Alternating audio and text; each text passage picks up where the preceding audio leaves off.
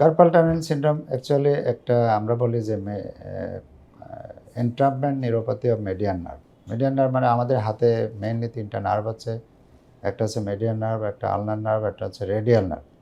তো মিডিয়ান নার্ভটা আমাদের সামনে দিয়ে যায় হাতের, এবং এখানে একটা টানেলের মতো আছে যেটা 3 দিকে বোনস থাকে, মানে হাড্ডি থাকে, সামনের দিকে থাকে এক ধরনের লিগামেন্ট, পামার লিগামেন্ট। এই লিগামেন্টের নিচ দিয়ে এই নার্ভটা যায় এবং ওর সাথে আরও 9টা টেন্ডন যায়।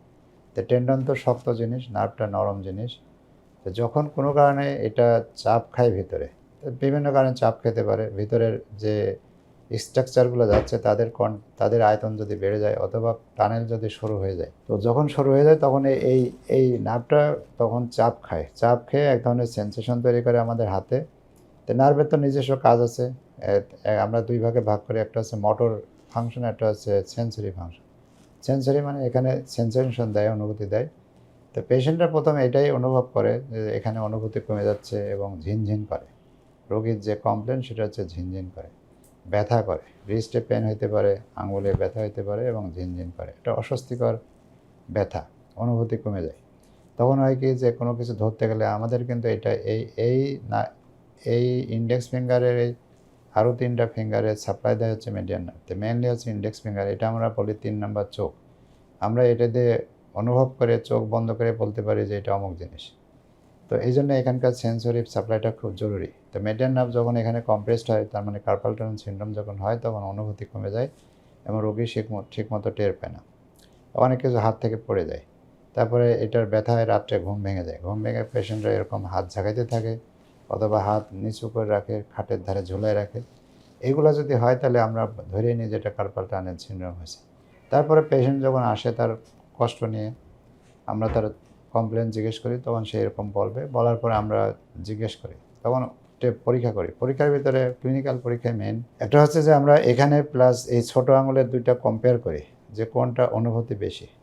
তো দেখা যায় পেশেন্টরা তখন বলবে যে আমার ছোটো আঙুলে আমি বেশি টের পাচ্ছি, এটা কম টের পাচ্ছি। কারণ ছোটো আঙুলের সাপ্লাইটা দিচ্ছে আলনার নার্ভ, যেটা চাপা খায়নি। কিন্তু যেটা ইন্ডেক্সের সাপ্লাই দিচ্ছে সেটা মিডিয়ান নার্ভ অলরেডি ওখানে কম্প্রেসড হচ্ছে। তখনই আমরা ধরে নিই এটা হচ্ছে। প্লাস আমরা টিনেল সাইন দেখি, মানে ডিস্টাল টু প্রক্সিমালি আমরা যখন পারকাশন করি এইখানে আসলে দেখবেন যে এক ধরনের তার ওই সেন্সেশনটা, ওই টিংলিং সেন্সেশনটা বেড়ে যায়। প্লাস আমরা ফালেন টেস্ট করি, সেটা এইভাবে করতে পারি। আর নার্ভের উপর চাপ দিয়ে ধরে রাখলে আমরা সাধারণত যদি এইভাবে ধরি তাহলে 1 মিনিট লাগে, আর যদি নার্ভের উপর সরাসরি চাপ দিলে 16 সেকেন্ড পরে পেশেন্ট তার আমরা পেশেন্টকে তো বলি না যে আপনার কি ব্যথা বাড়তেছে, আমরা বলি যে আপনার কি কমতেছে না বাড়তেছে, পেশেন্ট যাতে টের না পায়। পেশেন্ট তো জানে না বাড়বে না কমবে। তখন জেনুইন পেশেন্ট ঠিকই বলে যে হ্যাঁ আমার এটা ওই যে ঝিনঝিনটা এটা বাড়তেছে। তখন আমরা ধরে নিই যে এটা কার্পাল টানেল হয়েছে। এটা আরও মোর কনফার্ম করার জন্য আরও অন্যান্য পরীক্ষা আমরা করতে পারি।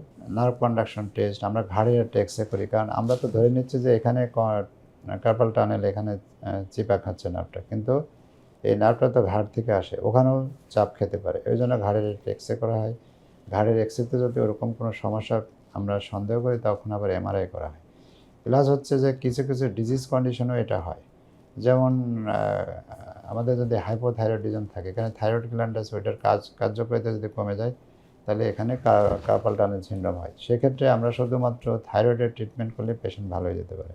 ওই জন্য আমরা একটা সেরাম টিএসএইচ করাই যে ওইটা ঠিক আছে কিনা। যদি ঠিক থাকে তাহলে এক্সরে, যদি ঠিক থাকে টিএসএইচ যদি ঠিক থাকে, তখন আমরা ধরে নিই যে কার্পাল টানেল সিনড্রোম হয়েছে। এবং ওই এনসিপিতে যদি বলে তাহলে এটা আরও কনফার্ম হয়ে গেলাম, তখন আমরা অ্যাডভাইস করি যে এটা চিকিৎসা লাগবে।